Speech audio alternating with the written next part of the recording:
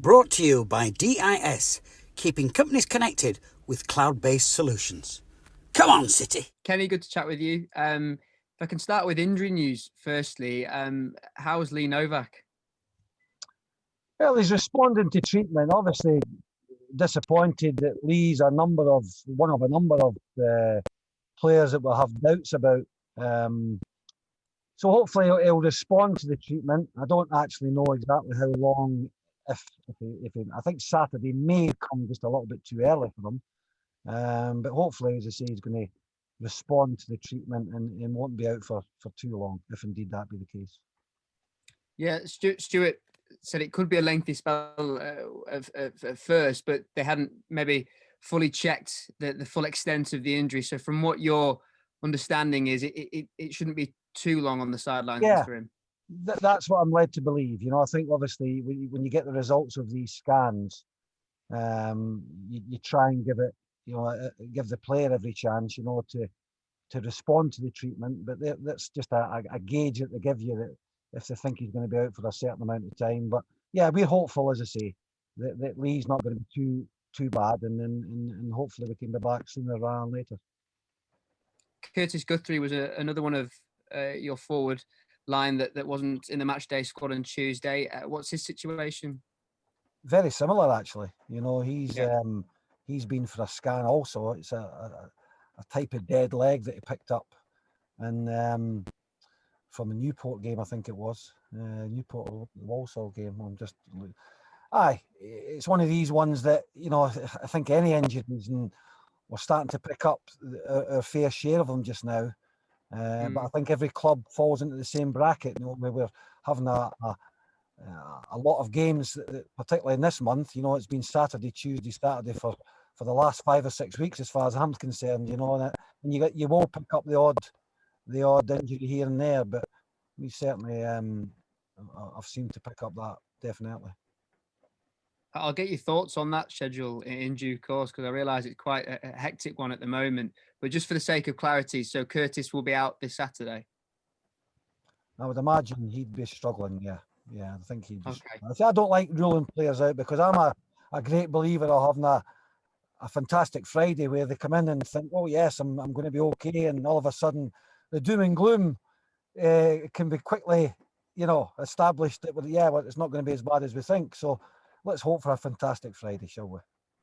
Quite right, indeed. And on that front, are you able to welcome anyone back? Because, of course, Reece Stunton, Gareth Evans and Zeli Ismail have been out of action for a little while. And Stuart says to us previously that they could be returning this weekend. Yeah, well, Levi and Gareth both trained today, and Zeli did a little bit more with the physios. So he didn't join in the main training. But certainly Levi and Gareth will put themselves forward for Saturday. So that's good news for our point of view. We're delighted to have them back. And we'll hopefully get them all back, as I say, sooner rather than later, because it would certainly help us. And other than the names that we've mentioned, and I realise it's an extensive checklist that we've gone through, there are no other knocks and niggles to report? No.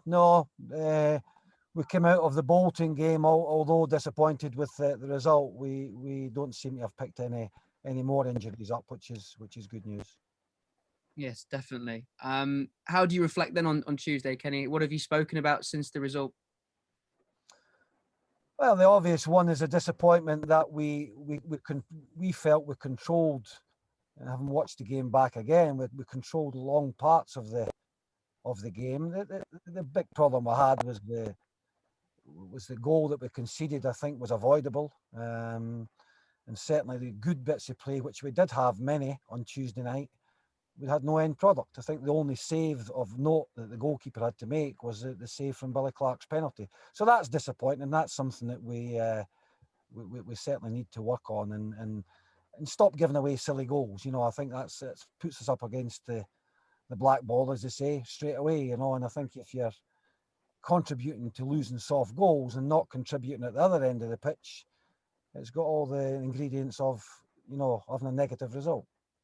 When you talk about the errors leading up to the goal that you conceded on Tuesday, does that come down to concentration, maybe? How do you summarise that? Well, you could say, yeah, concentrate, just bad decision making, really. I think you get that where players maybe think they should maybe do something that they shouldn't. I would put it down to bad decision making, and the unfortunate thing for particularly the goal on Tuesday is we not only had one chance to clear the danger, we had another one. And we contributed to our own downfall, I felt, on Tuesday. And we gave a team who hadn't won at home all season a little leg up and a bit of positivity for their point of view. It gave them something to defend because they had a lot of negative results. And I think we made it a little bit too easy for them. But, it's gone now. There's nothing we can do about it. So we've just got to make sure that doesn't happen again. Yeah. You did show, though, a response in the second half. The penalty goes in. You're looking at a completely different game. I imagine the main message for your group of players is that you want to focus on that second half performance and harness what momentum you can gain from that. Yeah, definitely. I think, second half we were, better than we were in the first half. But even the first half, we had opportunities, I felt. As I say, the situation where we're not working the goalkeeper needs to be addressed, because I think certainly, particularly with the conditions as they are, you certainly want to work the goalkeeper. A goalkeeper, should I say, who had been under a bit of pressure as well. So again, we made it a little bit easy for them. But that, as I say, that's gone now. But we've got to be as positive as we can. We go back to the Mansfield game, and then a week after we've got the Newport game. So all in a week we've had a good positive performance, and we've had not such a good one. So, but that's football, I suppose. You talk about challenging the goalkeeper more. Is that something then, as coaching staff, you're encouraging the players to do somewhat more when they maybe have to have a strike from distance on a few more occasions, just to chance their arm somewhat and try and force a mistake? We saw what happened at Forest Green. Yeah, definitely. That's every day in training we preach to the players about the need to work the goalkeeper, whether it's a header or a shot from distance. If you work the goalkeeper and force them to make a save, at least you've got the option of maybe a second phase or someone else tapping the rebound. So if you're blasting it over the bar or putting it wide of the goal, you've no comeback then. So I think that's something, again, go back to concentration, making sure the player's concentrating at the target. But it's something we've been saying for a very, very long time now, and it's something we need to take on board. You mentioned the hectic schedule, and I said I'd bring it up. How are you finding that at the moment, given the abnormality of the season in its current form? And also, how fine a balance is it when you're selecting the side that, of course, you want to try and find consistency in the team and the formation that you're setting up with, but on the same breath, you don't want to put players in perilous positions where they are picking up these soft tissue muscle injuries at the moment? Well, that's something that we take on, and I know that Stuart does speak with the medical staff and the sports science. We do have a hell of a lot of games over the last number of weeks. You've got to look at, as you say, what you actually want as a manager or a coaching team. You want to have consistency of selection, but that's taken from you by the fact of the amount of games that we're going to have to play. So you've just got to find that, and every team's the same because we're all having to play these games, that you've got to try and find that balance where, Newport are in a situation where they're on a consistent run of results and they've went with the same team more or less. That's certainly what we would like to try and do, but you're going to pick up injuries, with the volume of the games that's coming up. So that, again, it's just finding that fine balance between the two. Stuart, after the game on Tuesday, pretty much confirmed that this 3 at the back, 4 in the midfield, and then the 1-2 or the 2-1, however you want to look at it, seems to be the setup and the formation that you'll want to try and use moving forward, off the back of him saying that you've maybe looked at trying to simplify things a little bit at this moment in time. Would you echo those comments? And do you think it's the most productive you've been so far this season when playing that formation?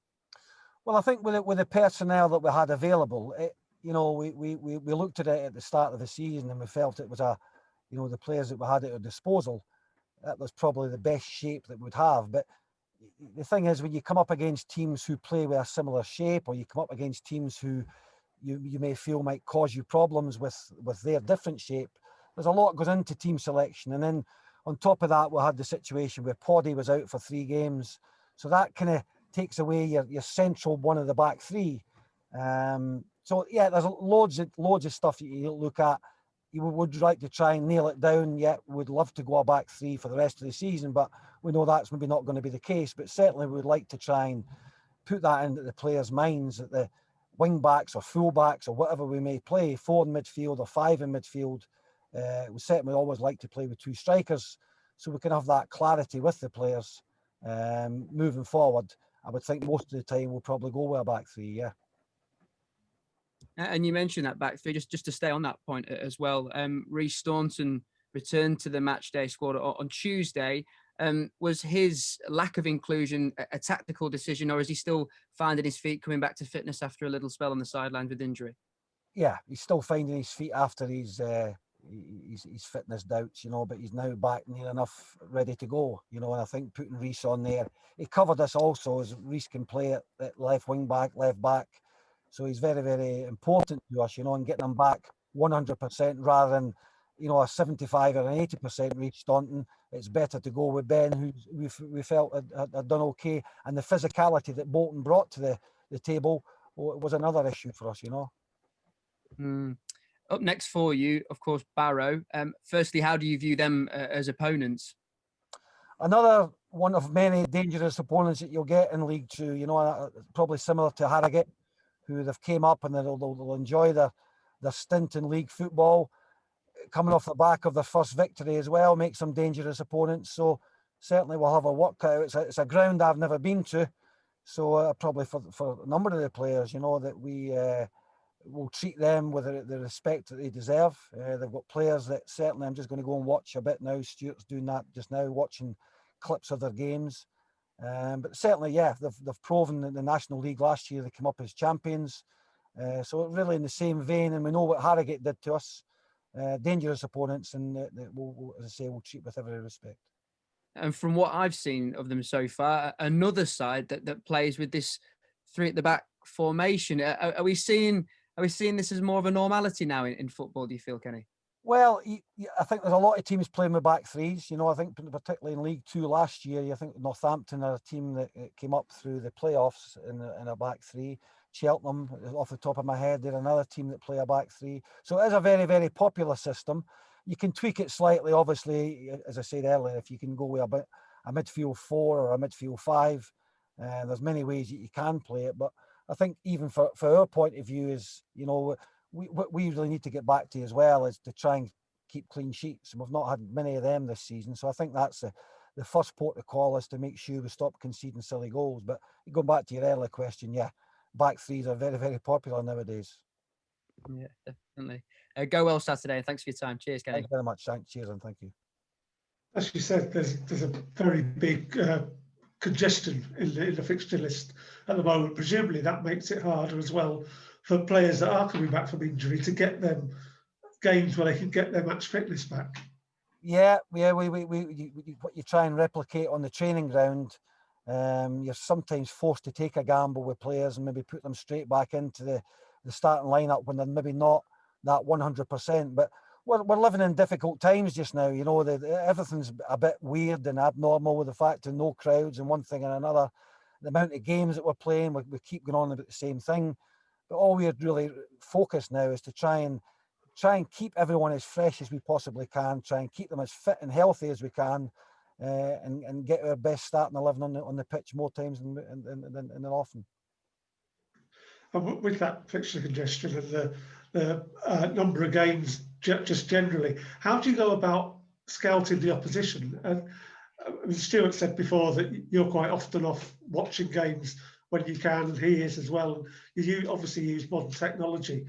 How difficult is it this season finding out how the opposition play? Well, to get up close and personal, it's difficult, but we do have we've got Martin Drury at our end, and we've got another lad that goes and does games for us. You're allowed one person per team to go in and watch any of your next 3 opponents. So, for example, it is possible to do, but for myself and for Stuart, the only time we can obviously do that is if we've got a free weekend or we've got no game or a midweek game that doesn't coincide with a Bradford City game. So, yeah, as you say, the technology, loads of time on the laptops looking at teams and formations and highlights and full games. So that's where you get you. But there's no, I feel there's no better place than going direct to a game if you can actually go and see it, because you get the whole coverage then rather than just what the camera's showing you. I was going to say, I mean, we all know as football fans, watching a game on the telly, you miss a lot that you actually see when you're at the game. You better go in personally, that's definitely. Yeah. Well, thanks very much, Kenny, and good luck on Saturday. Okay, thanks very much, Pete. Cheers. Kenny, obviously you mentioned sort of Barrow got a bit like Harrogate in a certain sense of obviously just come up. I mean, that gap between League Two and the Conference or National League is getting smaller and smaller. And I mean, these teams who come up now tend to be pretty strong, don't they, when they come up? Well, I think history shows that, Simon. You know, I think the teams that come up, we've had Salford recently as well. You know, but no, we cannot afford to take them, you know, lightly. We'll not do that anyway. You know, we've seen what Harrogate did to us. Very, very comfortable, and they're actually enjoying being, you know, from National League to come straight into the EFL. They're embracing it, and they're enjoying their adventure, shall we say. And as I say, it's dangerous with the fact that Barrow had their first victory on Saturday, on Tuesday night. So it makes them difficult opponents, but you know we've got to expect that. And they've got also, like newly promoted teams, they've got that winning mentality, haven't they? The group have got used to being successful. So again, you've got that sort of momentum against you. Yeah, there's no secret from that. You know, there's something that we would certainly like, that consistency and getting at that habit of winning games and get onto a run. That's what we are desperate for to try and do. And hopefully, as I say, we can kick-start. We can't keep saying the same things. We need to do our talking on the pitch.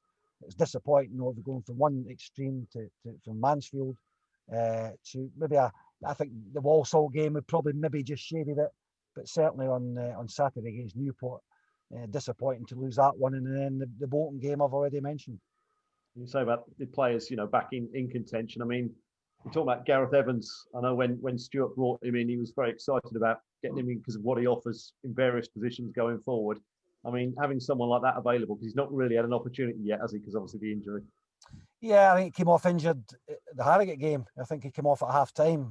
Yeah, we're desperate to get, you want all your good players available, and Gareth certainly falls into that category. So it'd be nice, you know, to have him, and hopefully there's no reaction from his training session today. I know he's desperate to get back playing. He's been very, very frustrated, as you would be, coming to a new club and being injured. But certainly, yeah, he'd be one that you would certainly get right behind and including straight away. And he's one you can play in various roles as well, which is great, isn't it?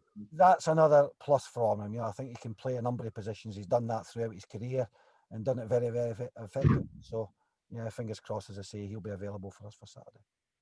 Obviously, Novak, you say hopefully sooner rather than later, but it does raise the question. I think the biggest concern, you talk to supporters and that, is where are the goals coming from? I mean, that must be the frustration for you as a coaching staff. Both ends of the pitch, Simon, to be perfectly honest with you. You know, goals conceded and goals scoring. You know, that seems to be at the moment. But you know, we created plenty of chances. It just, as I said earlier, you know, trying to work the goalkeeper.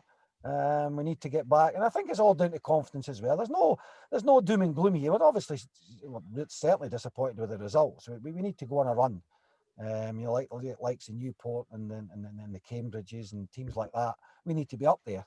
And the only way to do that is scoring goals and winning games. And to help you do that, keep the ball out at one end and score plenty at the other. Brought to you by DIS, keeping companies connected with cloud-based solutions. Come on, City.